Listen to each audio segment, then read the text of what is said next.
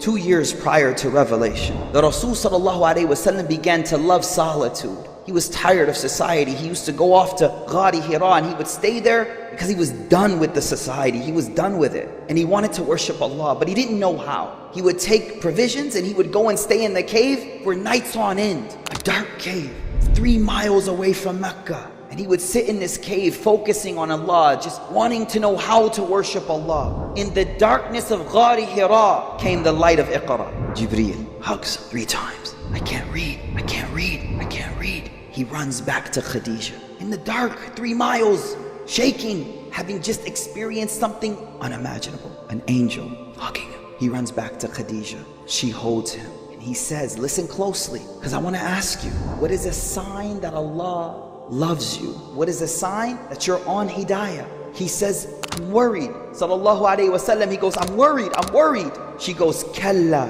Allah will never ever forsake you. But look at this. Does she say, because you spend months in i'tikaf? Does she say, because you spend hours in meditation and dhikr? Does she say, because you spend days in dua, that's why Allah won't forsake you? The reason why Allah won't forsake you is because you do so much ibadah? La, Sayyidina Khadija, she says, you keep the family tight. One day the Rasulullah sallallahu alayhi wasallam was on the minbar. I want you to picture it. You can see him sallallahu alayhi wasallam. He was on the minbar and he saw Hassan and Hussein stumbling into the masjid. They were toddlers. They had a long jilbab on, so they were tripping. Rasulullah sallallahu alayhi wasallam, he rushed down the minbar and he picked up his 2 grandsons. And he looked at all the men in the masjid and he said, I'm sorry, I couldn't help myself.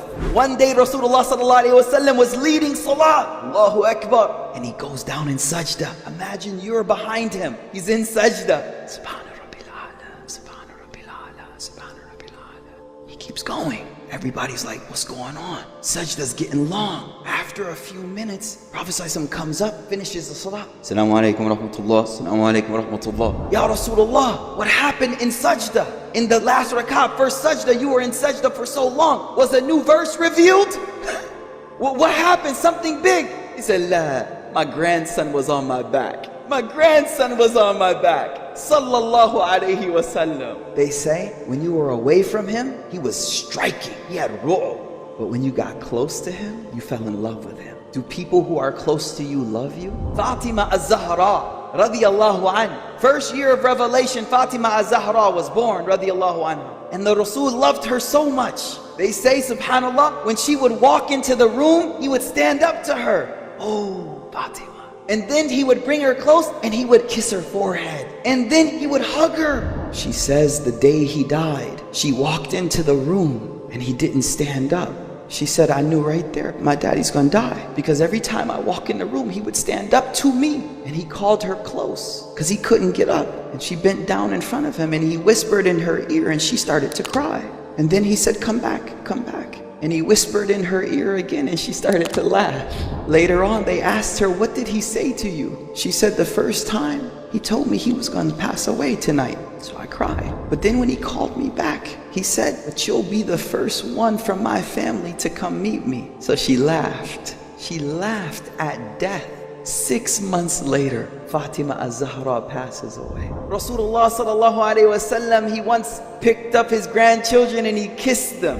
Aqra bin Habis radiyallahu anhu was standing there. He goes, I got 10 sons. I've never kissed any of them. Rasulullah sallallahu alayhi wasallam said, is it my fault if God has snatched mercy from your heart? Meaning mercy is that relationship, that love that you have with your wife, with your children. When's the last time you told your dad, I love you? When's the last time you told your mama, I love you? Rasulullah sallallahu alayhi wasallam, he says, when you love someone, tell them you love them. Zayd ibn Haritha, he was kidnapped as a young boy, sold to Khadija. Khadija radiallahu anh gifts him as a gift to Rasul sallallahu alayhi wasallam at the time of marriage. Rasulullah sallallahu alayhi wasallam says, I don't need servants, you're free, you're free. Hang around here with me, I'll look after you, but you're not a slave. Word spreads around the Arabian Peninsula that Zayd is in Mecca. Zayd's father and uncle travel all the way to Mecca. can you tell us where Muhammad is? Can you tell us where Muhammad is? Can you tell us where Muhammad is? Sallallahu alayhi wasallam. They finally find Muhammad sallallahu alayhi wasallam and they say, you are the best of Banu Hashim, you are the best of Quraysh. He says, just tell me what you need. They say, you have our son.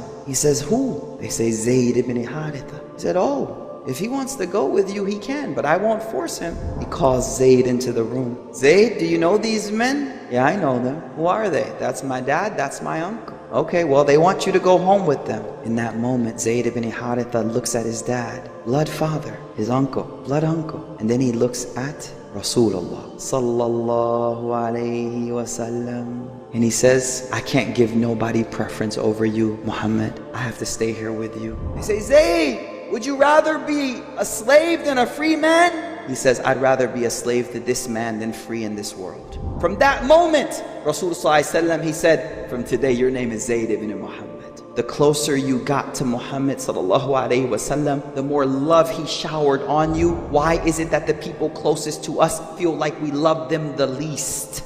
If you smile more outside the house than you do inside the house, what's wrong? Let the people closest to you be the ones to receive the most of your goodness.